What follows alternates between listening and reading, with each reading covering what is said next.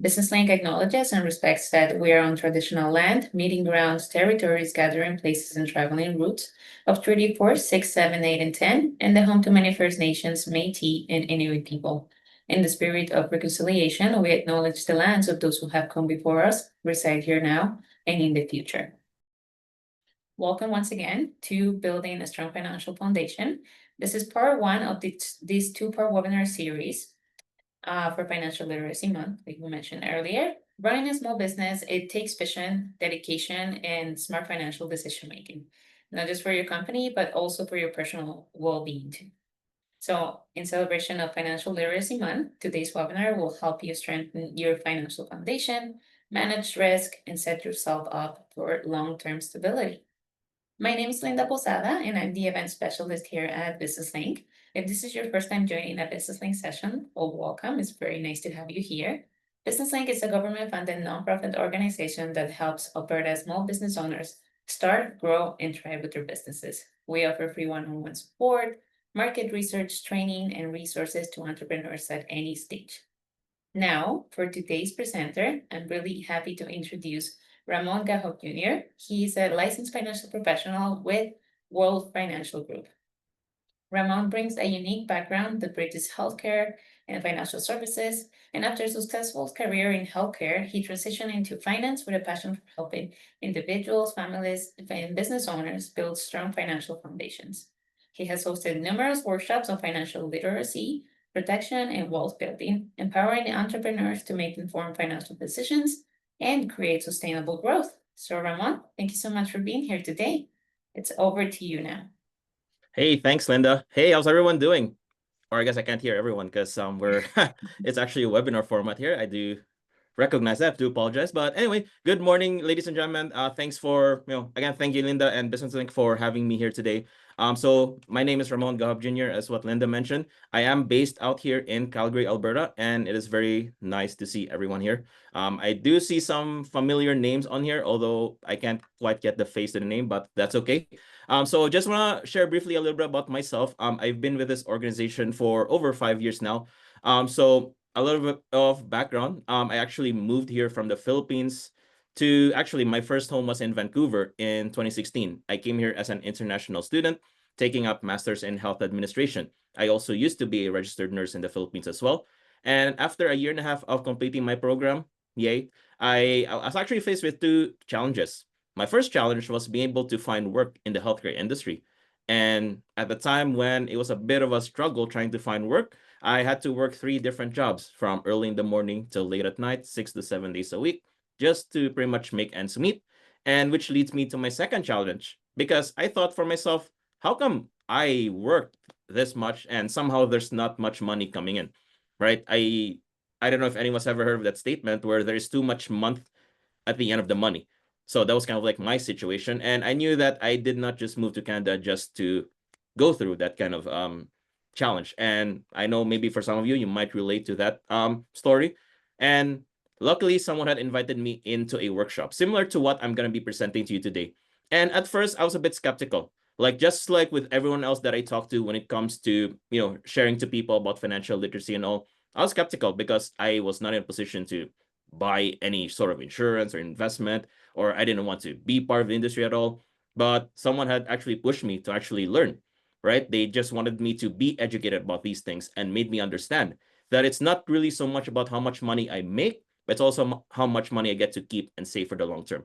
So I became part of the organization just for me to learn for myself, just for me to really understand how money works and how it can make that money work for me. In the same token that I'm going to be sharing some of the things that I've learned as well. And eventually, that's when they offered me the opportunity that not only can I learn this information for myself, but I can actually go out there and help a lot of people learn the same things as what I'm learning right now. And, also make some good income on a part-time basis as well. And so, sure enough, I actually started into this financial education business. And eventually, it allowed me to transition fully into the industry over the past couple of years ago. And I've never looked back. Right? I see the freedom, the flexibility, the lifestyle, and the purpose that we're out there making a difference for families and also for businesses as well. So again, I just want to welcome everybody to our presentation or workshop this morning. as part of our National Financial Literacy Month, because it is November and it's also a good time to really revisit our finances and see what we can work towards improving for for upcoming 2026. All right, so that's again a little bit about myself, and now I'm just gonna share my screen and just do a bit of a disclaimer for myself, because I am just also disclose as well. I am also a licensed financial professional slash insurance agent in the province of Alberta, as well as many different provinces as well. So just for disclaimer, the information in this presentation should not be interpreted as accounting, investment, legal, or tax advice. It's not an offer to sell or a solicitation to buy any security, insurance, or any other financial product. So this workshop is for educational purposes only, and our national campaign for financial literacy, as you can see on the banner behind me, we're just here to bring financial awareness and education. All right. You will not learn everything during the course of this workshop. However, we hope that you learn, gain more confidence, and take action towards reaching your goals. In fact, if you become part of our campaign, we encourage you to help empower others to do the same. So to help us preserve the integrity and context information, please do not take any photos, video, or record this workshop. So I'm gonna get started into my slides here. So Linda, you can see my screen, right? Yes. So we're gonna talk about Finance 101, saving your future. So doesn't matter whether you're single, you're married, you have kids, doesn't matter if you're right now looking for a job, or maybe you have a job right now, or maybe you are about to start a business, or maybe you have a business right now. Again, there's a couple, more than a dozen of you here right now, so I don't know everyone's situation. But regardless of where you are right now, I think it's fair to say that everyone needs a little bit of financial literacy, right? So we want to really start from the basic, which is Finance 101, because we want to help people build basic principles, learn them so that they can start building a solid financial foundation. Maybe for some of you out there, maybe you're thinking, I'm looking for something more sophisticated, right? Maybe I want something that will actually excite me to make my money grow and all those things. Yes, I'll talk a little bit about that, but what's the use of talking about all those things when we haven't really touched on the really basic stuff, right? So you want to get right into the bottom of what really is required for us to build that solid financial foundation. And to start off with that, I just want to briefly talk about our campaign, which I haven't really mentioned yet. So as you can see on my banner, yes, our team name is World System Builder, and we are on a national financial literacy campaign. So we believe here that financial education is not just an option. In fact, it is a necessity. And our goal here is to educate 30 million families in North America by the year 2030. So with your help right now, being able to attend our session this morning, that actually adds one more number as we strive towards reaching to more people to become more educated about their money. Okay, so let's talk about facing the challenges first.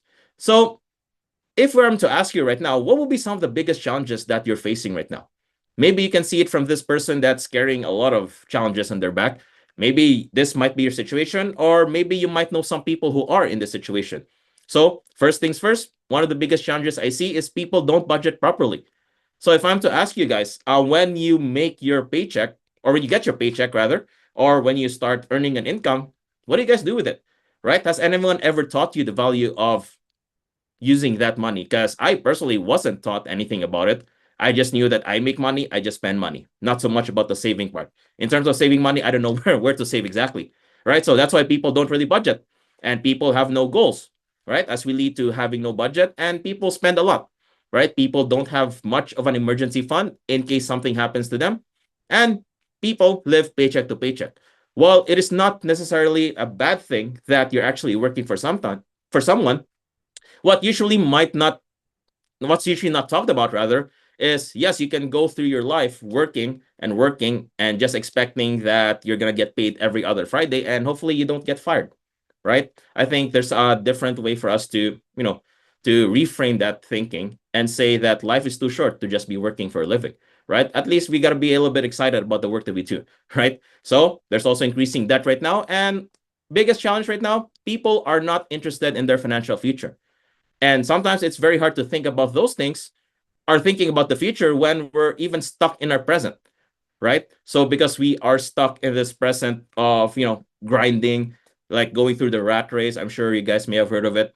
And actually, a big challenge here, as you can see on the right, is a lot of these bad habits and a lot of these poor decisions that tend to add up. So normally, if I were to be in front of you just one on one, I would have been asking this question: what do the wealthy know that the rest of us do not? Right? Do you think they have access to better financial products and services? Maybe. Maybe do they have a lot of money so that they can invest into more things that can make them more money? Maybe. But is it fair to say that maybe they have access to the financial education, how they can actually make that money work hard for them actually, right? So that's why we want to make sure that that sort of education is accessible to everyone. Doesn't matter what your situation looks like. And in terms of other challenges too, people are actually living longer. So as you can see on the slide on the right, you can see that is the total life expectancy at birth. And as of 2023, the average age right now for life expectancy is 81 years old. And unfortunately for us guys, we tend to live a lot less than females. And I'll just leave it to you to wonder why. Like as a husband and as a father, you know exactly what I mean, right? And as we get older, or sorry, as the years go by, you'll notice the trend that people are living longer. So what exactly are the challenges when it comes to an aging world? One big challenge right now is that we're seeing lower birth rates because right now, and just don't quote me on this one, but right now, if you are to raise a child from 0 up until they reach age of majority, which is normally 18 years old, you would have been spending close to $250,000 just to raise the child. So of course, it's gonna raise some questions about whether it financially makes sense to raise a child, right? I mean, I have a 1-year-old son right now, and I'm also thinking about this could also be a challenge for me too, right? And when we're seeing more lower birth rates, who's going to take care of the aging population? And we're seeing more single parents right now because, truth be told, one of the biggest reasons why couples don't end up together for long these days is mostly because of financial problems. And when it comes to challenges in this aging world, there's also increasing health concerns. Yes, healthcare in Canada is free. Yes, people are living longer. And yes, maybe we might think that our lifestyle has become in a way where, people are like, we're a bit sedentary, I'll be honest. And then food hasn't been always been the best, I would say. But even with advances in medical technology, it means that life expectancy will still continue to grow. And when it comes to that, that means that we're gonna need to find places where we can actually put them in appropriate housing and give them the right supervision. And at the same time, we have to think about transportation and mobility as well. How are we gonna move and mobilize the elderly population? And one big thing too is the wealth transfer, right? Because right now we are expecting a huge chunk of money from the previous generation that will be transferred over to us. And when that thing happens, are we even prepared to handle that much wealth, right? And we also have to talk about health directives as well. So I don't know if anyone is familiar with having those legal documents in place. Just to keep everything simple, and I am not a lawyer, I don't give estate planning advice, but you have to think about, do you have a will in place, right? Do you have a healthcare directive? Do you have a power of attorney in place? So in a way where if you get physically and mentally incapable of making decisions on your own, who's going to be that person for you? And also financial security. So anyone here familiar with CPP, right? For those who are working or you've gone to work, you'll know what CPP means. It's Canada Pension Plan, right? How much exactly do we know on how CPP actually works, or how much are we projected to receive when we retire? And we also have to talk about OAS, which is old age security. How much of it are we going to get from the government? And there's also GIS, which is the guaranteed income supplements. And of course, we have to talk about savings and taxes as well. So the big question I want to be asking for you guys today is, are you too busy during the first half of your life to prepare for the second half? When we talk about the first half, it's all about the time where, think about the accumulation phase, right? We're working, we're saving money, we're earning money, right? And now when we get to the second half, which is when we retire, do we have enough to access all of those funds? And in fact, do we even have anything saved up so that we can be ready for the second half? You know how sometimes when we plan for a vacation, usually that takes what, depending on where you're going, maybe 3 to 6 months or sometimes a year to plan a vacation. I like to think of retirement as probably the longest vacation that you will have, right? Because when you're on vacation, you're going to take time off work. And in most cases, or in some cases, you may not get paid for it. But in retirement, that feels like it's going to be your longest vacation. And where are you going to get access to it, right? So that's why we want to make sure that we address these challenges as soon as we can.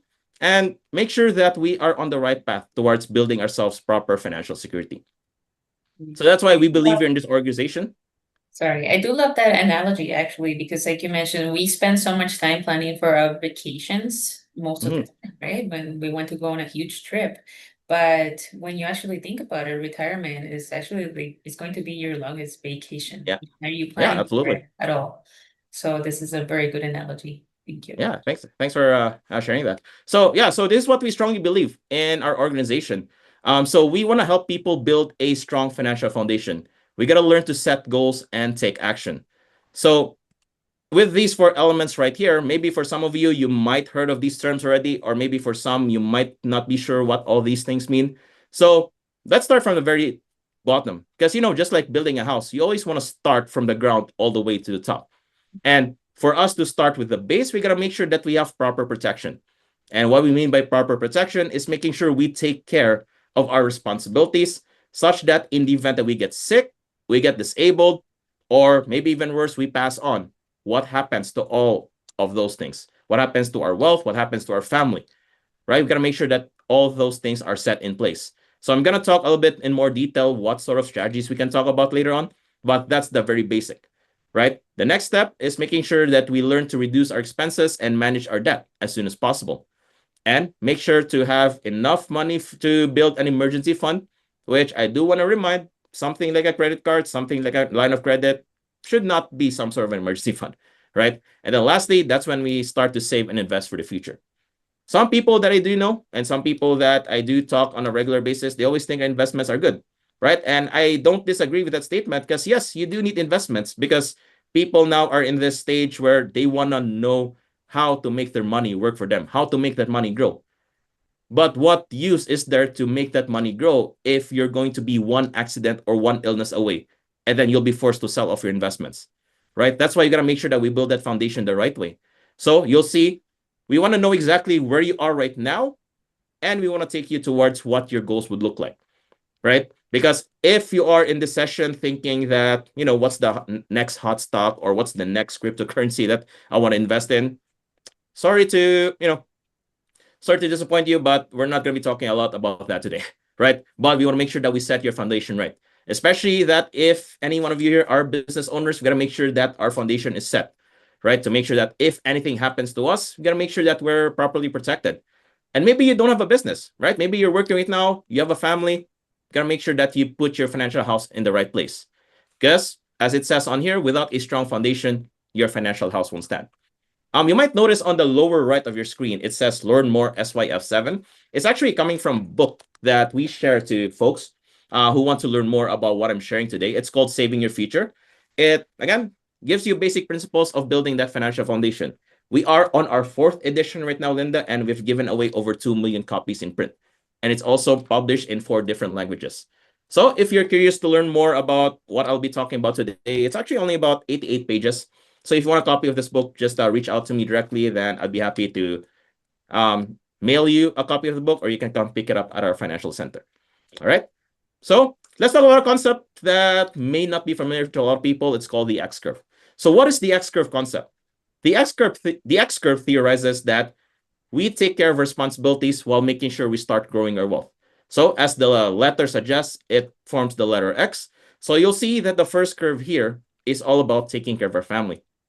So it's fair to say that we grow from, when we're younger, we think about one thing. We think about taking care of our family. So that's why we have a high amount of responsibility. And it theorizes that as we get older, those responsibilities go down. And on the other side of the curve, when we're younger, when we just started our job, we just started our business, right? Or we just started raising our family, it could be fair to say that it might be a tad bit difficult to start saving for money. Is that correct? Right? Because a lot of our money will be allocated towards taking care of our family. But I always like to show my clients that it doesn't matter how much you start.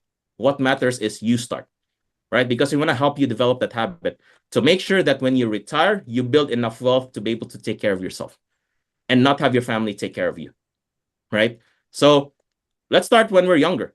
So yes, we have a high amount of responsibilities, but not a lot of wealth. Don't you think that we feel generally less secure in our younger years, right? Because we have all this responsibilities, like think about bills, debts, maybe you took out a car loan, you have a mortgage, you have to take care of your growing kids, right? You have to take care of their college education and all that. And you don't have a lot of wealth, such that if you get sick, you get disabled, or maybe worse, you pass on, how much wealth are you actually going to pass on, right? So a very basic way for us to determine how much protection you actually need, and this is where proper protection will really come into play here, is if something happens to you, you want to make sure that those responsibilities are taken care of. And a simple way for us to determine how much insurance you need is something we call the dime method. Now, there's a lot of ways for us to determine how much your human value is going to be worth to your family or to your business. But just for the simplicity of my presentation today, we're just going to talk about dime. D stands for debt. Like, you don't want to pass on debt to your family, do you? You got to make sure that if something happens, at least your debts are covered. And we usually recommend at least 10 years worth of your annual income. So let's say, for example, if you make $50,000 a year, maybe from your job or from your business, so you multiply that by 10. So that's about $500,000. And that should be more than enough to cover 10 years so that your family will be able to move on with their life. And if you have a mortgage, make sure that mortgage is covered. And also, for if you have kids, make sure their college education is taken care of. So that is how we usually like to determine your total insurable need. So my question for you is how much insurance you may or may not have, right? Because every person is going to be different. My insurable need is different from what Linda's insurable need is, as well as with everyone else here, right? So that's why it's really important to determine how much you need.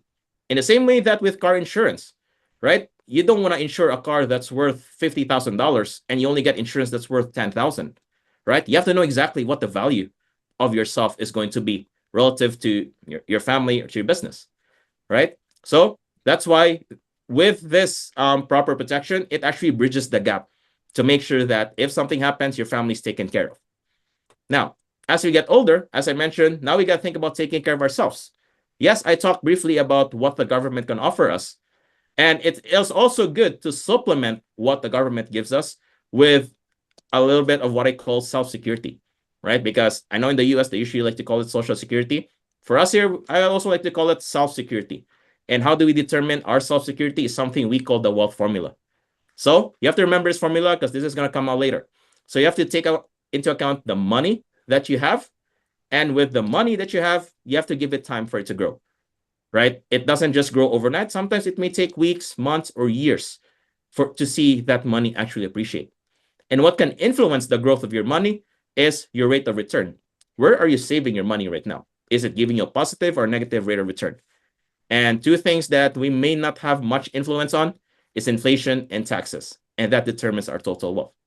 So a simple formula for us to cover today is something we call the formula 10-20, which means that you may need 10 times your income to protect your family, and you may need 20 times your income to take care of your future retirement. I covered a little bit about the first sentence, which is 10 times your income.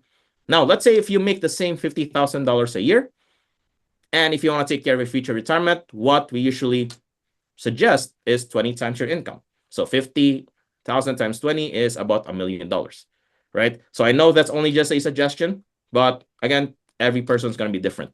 So if you do want to speak to me and see exactly what your insurable need is and what your retirement need is going to be, then I'll be happy to have a conversation with you. All right. So that's basically what the X curve is all about. That we make sure that as we're progressing through life, we find ways to take care of our family, especially if something happens to us. And as we get older, we learn to take care of ourselves while making sure those responsibilities are down. All right. So now let's talk about controlling your debt. So is debt affecting your way of life? So maybe for some of you, you're good. You've taken care of your debt just fine. But how many people out there do you think would use some sort of help like this? Right. And I can actually confidently say that did you know an extra $100 a month can dramatically save you some time and even reduce your debt? So in this example right here, you'll notice that we actually line up all of your debts, see how much you're paying as the minimum payment, and it actually tells you how long it takes for you to be debt-free based on your payment schedule. So this is a strategy that we usually like to call debt roll-up or the snowball method. So if this person that has a total balance of just over $400,000, and if this person only puts in $2,800 per month, it would take them 30 years to be debt-free. So maybe take your age right now and you add 30 years to it. Can you wait 30 years to clear this all off? Right? But just with a simple $100 a month, or if $100 a month sounds too much for you guys, $3 a day. With $3 a day, it can reduce your debt and get you out of debt a lot faster.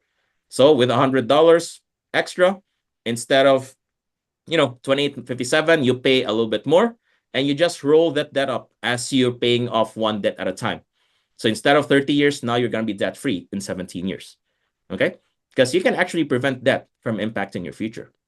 So if you are in this situation, or if you feel like you know someone that needs help managing their debt, hey, please send them our way. We'll definitely help you with that. All right. Now let's talk about something a little more exciting. Let's talk about the compound effect of money. So there is a rule that we usually like to go by, and that helps us determine how fast your money is growing, and it's called the rule of 72. So what the rule states is we divide 72 by the rate of return. The answer is the number of years it takes to double your money. So let me ask you a question, guys. Where are you currently saving your money right now? And how much growth are you getting from that particular investment or savings account? Right? So you have to determine how much you make or how much interest you're getting, and you just take 72 divided by that number, and you'll know for sure that's how long it takes for your money to double. So in this case, if your money is growing at 6%, that means your money doubles every 12 years. Okay? Pretty short and hopefully self-explanatory. So let's say, for example, you're putting away $10,000, right? And you're actually putting it into an account that grows at a 6% assumed rate of return. So because it doubles every 12 years, guess what? Now that $10,000 turns into $20,000. Does that make sense? Right? I hope it's simple and clear enough. After 12 years, now it gets to 40,000, and another 12 years passes. Now you have about $81,000. So that's the rule of 72 that plays into its effect. Now, let's say, for example, if it's growing at 8%, right? That means your money doubles every 9 years. So at 8%, at year 9 and 18 and 9 years later, that money doubles. So you'll notice just that 2% difference, guys, your money actually doubled a lot faster. What I mean by that is at 6%, it only doubled 3 times over a 36 period.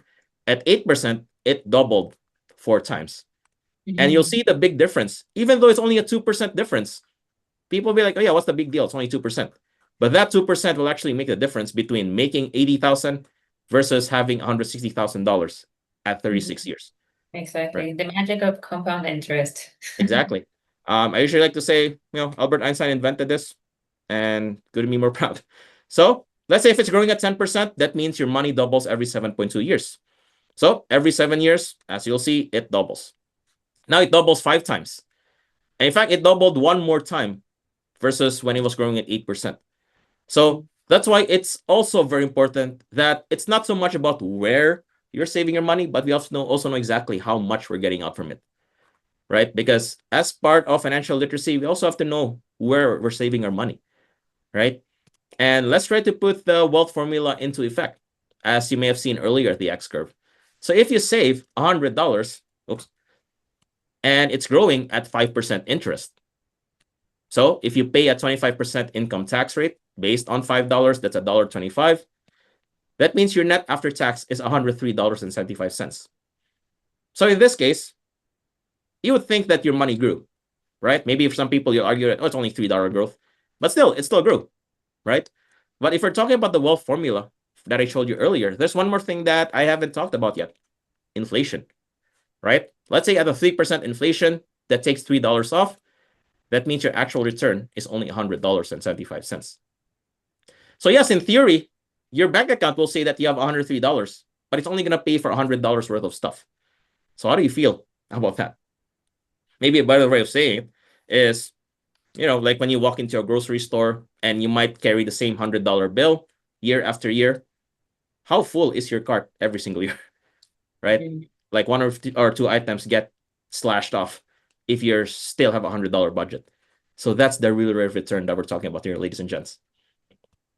Now let's talk about saving your future. So assume at your job or maybe at your business, you make $60,000 a year. and you set aside 10% every single month into an account that grows at some interest rate. So just to break it down for you, if math is a bit of a challenge, because for me, math is still a challenge for me. So 60 grand a year, you put away 10%, that's about $6,000 a year. Okay, divide that over a 12-month span, that's $500 a month that you will be saving. And how does $500 a month compound over time? Maybe for some of you, you might think $500 a month, I can't even put away 100. Hey, that's okay. You can start there. Start with $3 a day. Or maybe you might be thinking 500 a month, I can't even put away that much all at once. Hey, there's something over there that says $17 a day. Let's say you're working at a job that pays you $17 an hour. Maybe think for yourself when you walk into your workplace, you say, the first hour I will dedicate towards my future self, right? And I haven't even talked about the concept called paying yourself first. So that's literally what I was sharing to you today. So the first hour you dedicate towards paying yourself first for the future. Because paying yourself first doesn't necessarily mean when you get paid, you treat yourself to a fancy restaurant or go on vacation. That doesn't necessarily mean what pay yourself first means. Pay yourself first actually means that it means is you put away a small percentage of your income so that your future self will thank you, right? You don't put your bills first. You don't put your expenses first. You got to put yourself first, right? Because at the end of the day, there's nobody more interested in your financial future than you are, right? So going back here, $500 a month, that compounds in 30 years. So for just some context, and for some of you that need a little bit help with math, $500 a month over a 30-year period, you're going to be putting away close to $180,000 over a 30-year period. Let's say, for example, that $500 a month, it's growing at 8% in 30 years. Based on the rule of 72, based on what we've learned a little bit earlier, you'll have over $745,000 saved up. How's that for money actually working hard for you? Because we spent all the years of our lives learning to get to a job that will pay us to earn money. Now we got to take it one step further to see if we can actually make our money work hard for us. And at 10%, hey, guess what? You'll have over $1.1 million. Is it possible? I think it's possible, because with discipline and budgeting, you can do it. One of the big things that I learned here, especially from this presentation right now, is with just $3 a day that you're putting away, it can actually reduce the time it takes for you to pay off all of your debts. $3 a day. $3 a day gets you out of debt a lot faster, and $17 a day gets you towards having a lot of money in the future. But you know what's the scariest sentence right now in finance that I hear a lot all the time? You know what, Lynn, that's only $5. I see that coffee over there, it's only $5. Don't worry, I'll buy it. I see that muffin over there, I'm hungry. It's only $5. No big deal. How many times do we feel guilty saying that? Because I myself, I'm guilty too, right? So think of it like this way. You say, oh yeah, it's only $5. Yeah, it's only $6. It's only like $10. You say the same thing over a 30-day period.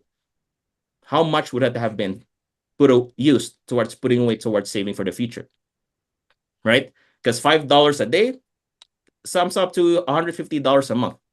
And that $150 a month can go a long way, right? And, because sometimes, yes, it's a very small amount. But if we think about trying to buy a car that's worth $40,000, or maybe buying a laptop that's worth $1,000, what's our usual reaction? Let me think about it, right? I think I need to really do some research and see if this is actually the right car or the right laptop for me. But I'm thirsty, I'm hungry, right? It's only $5. Let me grab it. I'm not saying to deprive you of all of those things, because maybe one way or another we still need them. But if we get to this habit where those small expenses can actually make a big difference towards how much we can save over time, or how much it can help cut down our debt a lot faster. So that's why with discipline and budgeting, we believe everyone can do it, right? Now let's talk about inflation, the silent killer. We call this a silent killer because the decreasing value of our money is something that, truth be told, we don't really notice it daily. But if we build up over decades, then you can see its actual effect. I mean, actually, even right now in 2025, we can see its effect almost on a regular basis, right? We see the cost of goods going up really fast these days.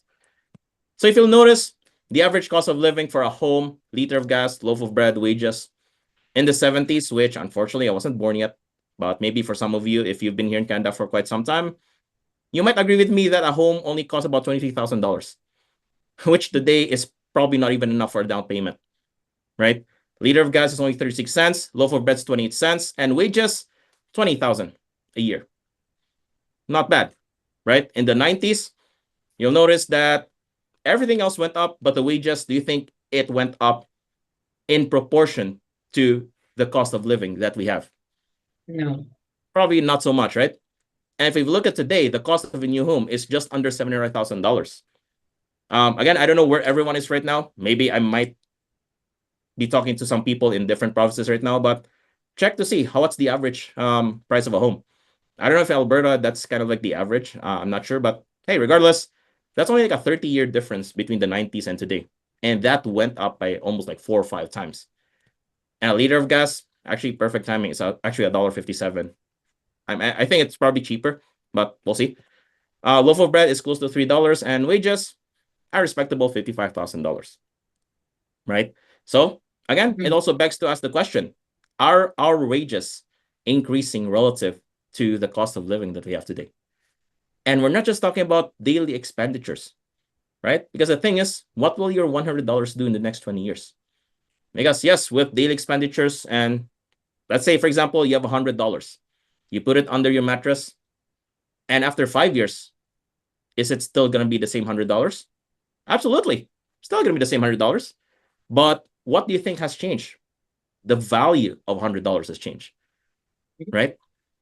Because with an assumed 3% inflation rate, which I also assume that it's probably higher now, the purchasing power has decreased to $86.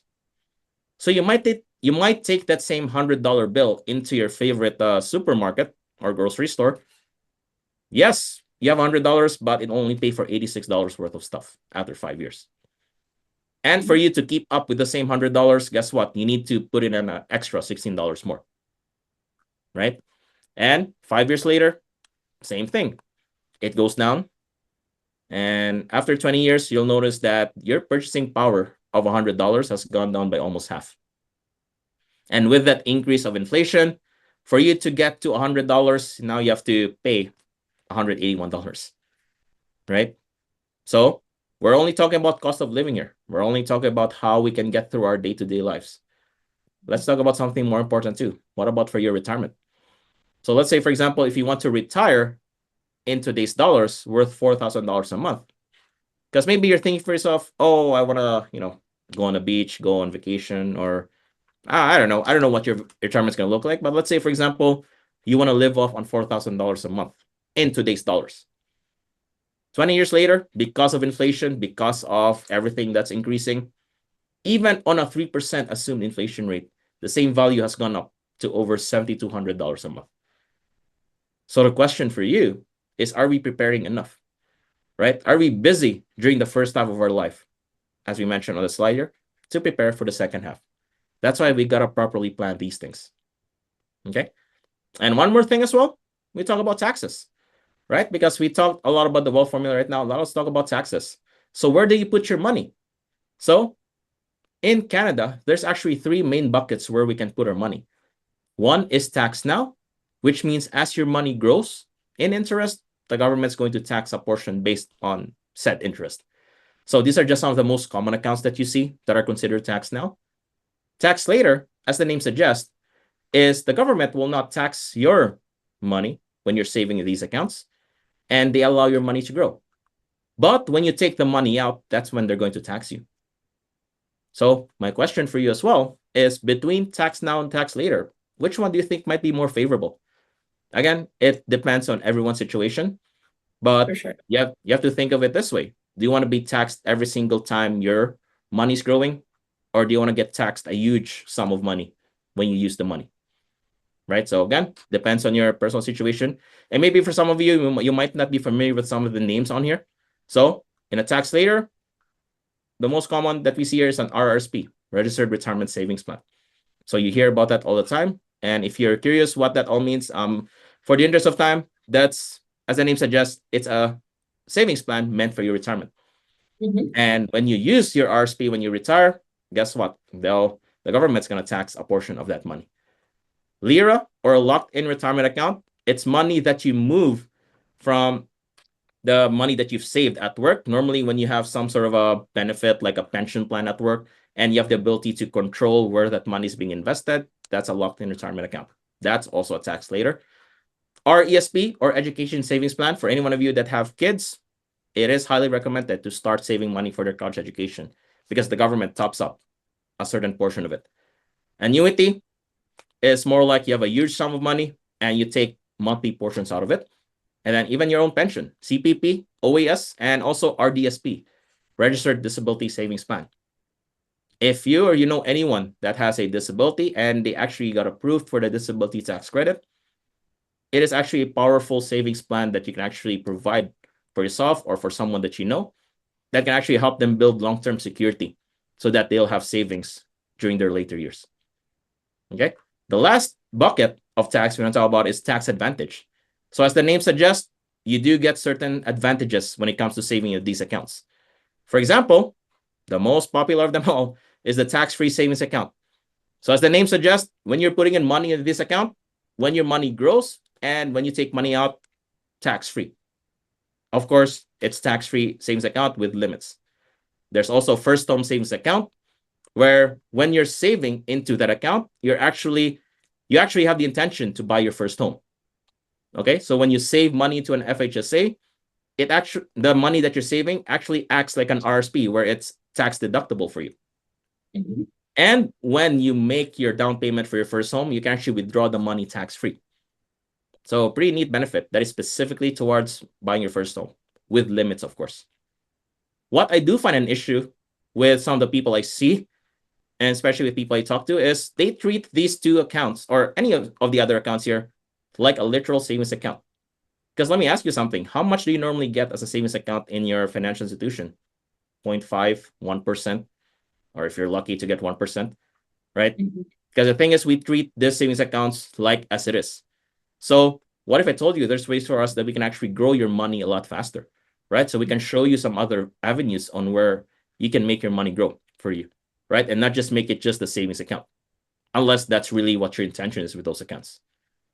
Another tax advantage product to consider is life insurance benefit. So we talked about that mostly in the X curve earlier, when you feel less secure. And when you pass away, the life insurance company will pay your family the proceeds of the life insurance. It's actually tax exempt, right? So if you're covered for $1 million and at the moment of your passing, your family gets paid that much tax-free, right? Even your individual critical illness, which means that if you get diagnosed with any of the illnesses covered on the contract and you survive up to the waiting period, you get a lump sum tax-free amount sent to you. So that's a one-time payment. Disability insurance is a monthly payment given to you in the event of your disability due to an accident or illness. Also, health insurance and primary residence is also tax advantage as well.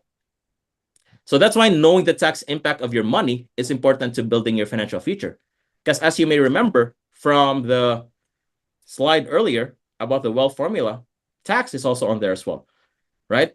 So you got to make sure that we know exactly where we're saving. And if you want to learn more about all of these other accounts, you can refer to page 18 of this book. And something that I also want to mention as well, that we do have a curriculum of 6 workshops that are absolutely free. You can attend them in person or online, and we will break down everything into more detail with all of these accounts and where you can actually start building your personal financial strategy. All right, because right now, what I'm just showing you today is just an overview of what it takes to really build that solid financial foundation. And that's why we strongly believe in something we call a managed growth strategy. So if I were to ask you right now, do you prefer to have growth or do you prefer to have safety with your money? Because for some people, when they say growth, sometimes they feel like they won't have safety and guarantee with their money, right? Because sometimes they usually like to make it synonymous with high growth comes high risk and maybe high reward or that kind of thing, right? But when it comes to safety, we usually like to think of banks, right? Because if we want safety, then we won't have much of a growth to work with. right? So that's why with this managed growth strategy, every time we make a financial decision that will benefit us and benefit our family or even benefit our business, we got to make sure we take into account these four things. So when it comes to growth, your rate of return must be high enough to beat taxes and inflation. With safety, you manage your risk and preserve your principal. With tax advantage, tax deferred and tax advantage vehicles can play a significant role in building your wealth. And protection, you gotta learn to protect your income, assets, and your life. Prepare for long-term care, disability, and chronic illness. So that's why when saving and investing, you must consider these important factors. Okay, so we usually like to call this the 4 boxes, right? So whenever we present some sort of a solution that makes sense for them, we gotta make sure that it's simple and clear enough, and we gotta make sure we try our best to fit into the strategy. So that's why with building your future, I mean, I'm not an architect, I'm not an engineer or anything like that, right? But I think it kind of makes sense here that when building a house, you need to make sure all aspects of the house are all working together. Is that right? So you have to make sure that the foundation, the roof, electrical, plumbing, interior, everything is working together. The same applies when building your financial future. Most So definitely. when it comes to building your financial house, do you want to be the person on the left or the person on the right? Right? I mean, I think 99% of the time, people will say the person on the right. But when we look at your situation, sometimes it's on the left side. And that's okay, right? We don't judge, we don't discriminate anyone that may have gone through some things where their financial house was not in order. Because maybe there's also a lack of financial education that needs to be addressed as well, right? So that's why we're here to make sure that we help build that financial foundation for you through financial education. Because at the end of the day, as I kind of mentioned earlier already, there's nobody more interested in your financial future than you, right? Your bank doesn't care too much. I don't know if they care too much. Does the government care about your financial future? Does your boss care about your financial future, right? Like, yeah, they pay you, and then what next? Sometimes, I don't know, do they give some sort of advice as to where you're going to be putting that money? And can you actually build your way towards building that financial house? So if you're not sure where we're going to take what it takes to build that financial foundation, then maybe you need a financial checkup, right? Because, for example, how many of you here drive cars? How often do you get your oil change? Do you get your car serviced? Once, twice a year, or maybe a couple of times a year? Or maybe when you go see your doctor for a routine checkup, how often do you do that? Once, twice a year. Question for you now is, how often do you do a financial checkup? Do you check it every month, every couple of months, every year, or you've never had one? Right? I like the I poll would that Linda say, put in earlier. Right? yeah, Have you ever sat down and really figure out what's going on with your finances? we should Right? do an updated poll that says now, after this webinar, how often will you review your finances? Okay. Okay, perfect. Yeah, Exactly. so I mean, there's going to be a lot of concerns that we address about, right? We have to know exactly where you are right now. And because we won't know how to get there if we don't even know where you are right now. So we have to know exactly, right? And at the same time, find out what your goals are. What are some of the goals that you want to achieve that is going to be right around the corner? Or maybe you have something to work towards, or you have some long-term goals as well. And goals can mean anything. A new house, new car, maybe getting married could also be a goal. Of course, with marriage, that also comes with a lot of money, right? Or having kids can also be a goal, or be able to retire with X dollars a month, or retire at X years old, or be able to take care of parents, or go on vacation however many times a year. Again, you define your goals, right? My goals are different than Linda's and different with everyone else as well. But just something to know, each of those goals have a price tag on it.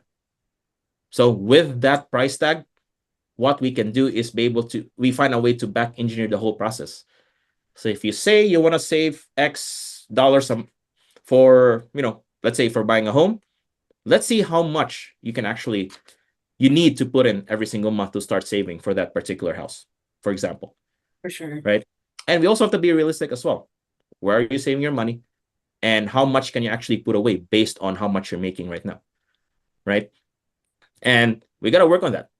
I meet my clients at least once or twice a year just to make sure if everything is still on pace towards the goals that they have set and making sure that their financial foundation is still intact.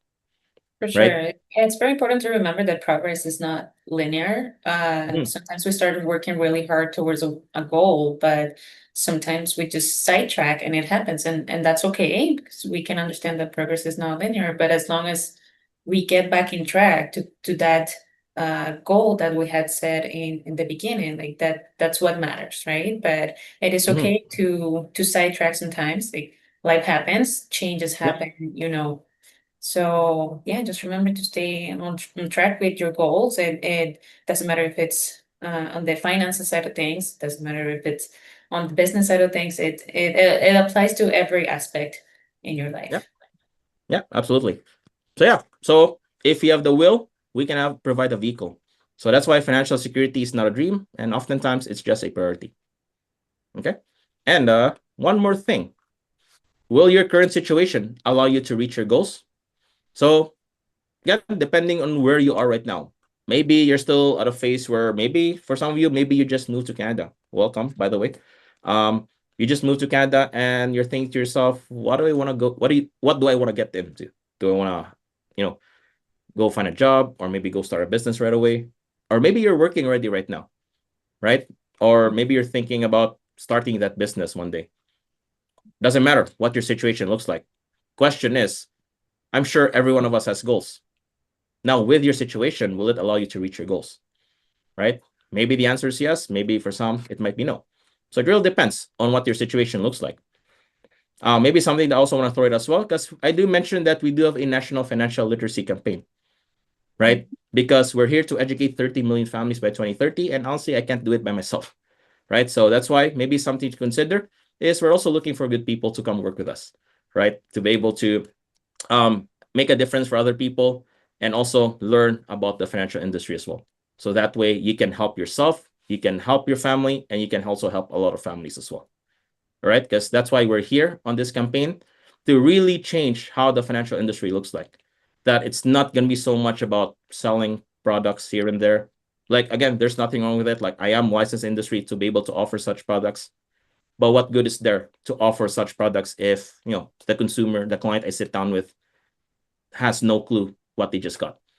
So we want to change everyone's perspective to make sure that it's really all about education first, right? And that's why it's also perfect timing that it's financial literacy month, right? So to really start educating yourself on what options are available for you, what sort of strategies you need to implement for yourself or for your business, and making sure that you're also on the right path towards not only building your financial foundation, but can actually help you move from financial insecurity to financial security.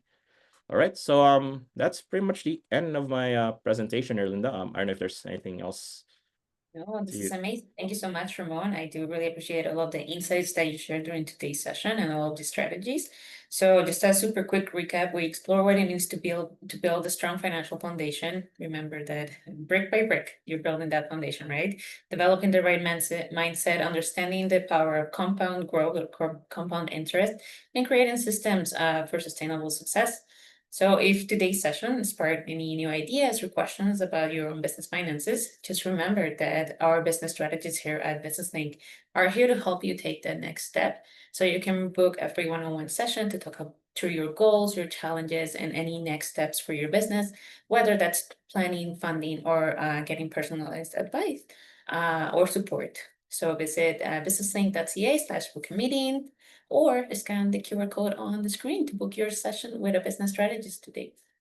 Just remember that we will also include the booking link in any of the follow-up emails, along with the webinar recording for any relevant resources. And if you'd like to also connect with Ramon or learn more about his services that he has to offer, we'll make sure to include his contact information in the email that will go out after today's session ends.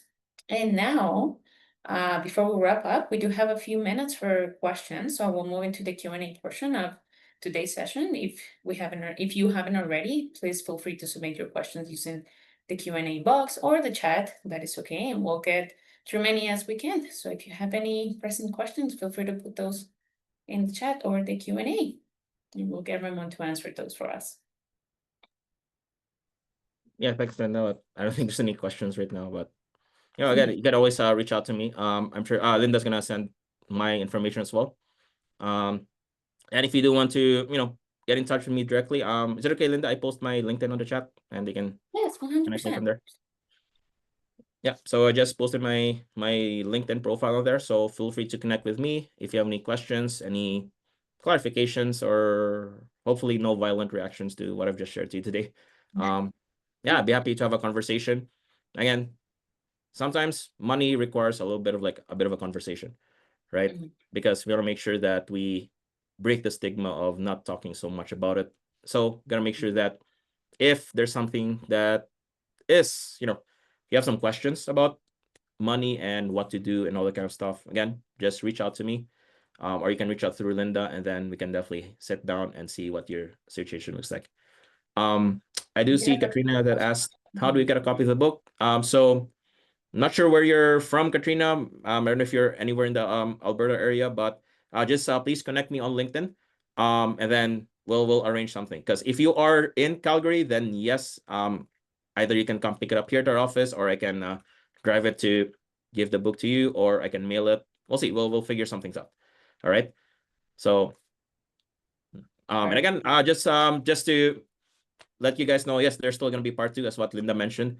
So Exactly. if you like the information that I've shared to you today, again, maybe the next plan of action really is, if you need more information, I invite you to attend our free workshops, which we do host Monday to Friday, all on Zoom, 3 times a day, 12 p.m., 6 p.m., and 8 p.m. Mountain Time, except for Wednesdays at 12 noon. And we also do have workshops in person as well. So again, depending on where you are located, I can direct you to the nearest financial center, and I'll figure out what their next workshop schedule is. They're all free. They're all complimentary. You can come in to listen. And if you like what we see there, hey, I think it's also good to also sit down and learn more about what we do. And if you want to continue learning, yes, please continue attending our workshops, because we do have 6 of them actually, Linda, and they're about an hour each. So what I'm just sharing you today is just a general overview, right, of the financial foundation, and we're going to break it down across 6 different lessons. And again, they're all free. You can come attend. And when you do attend, I also encourage you to bring someone else with you, right? Bring your friend, bring your family, bring your neighbors. I mean, bring your pets if you want to, because I think everyone deserves financial education, right? So Thank you, Ramon. so that's yeah, I know we're close to the hour. So again, I do appreciate Linda and business, and for the fellows at Business Link for having me here. It's really a pleasure to be presenting to you here today and be able to share something that I'm super passionate about, right? Absolutely. Because No, it is great to have you here, and we will see you next week, and also our attendees next week's session on building security for your business and family. So thank you so much to everyone who attended to today's session. There will be a super short survey at the end of this webinar. Please remember to answer that. It will only take a minute or two, because your input really helps us improve these webinars and events. So just remember that you do not have to navigate your business or entrepreneurial journey alone. Business Link is here to help you start, grow, and thrive. So we will see you soon on our next webinar. Everyone have a wonderful rest of your day. thanks, everyone. See you soon.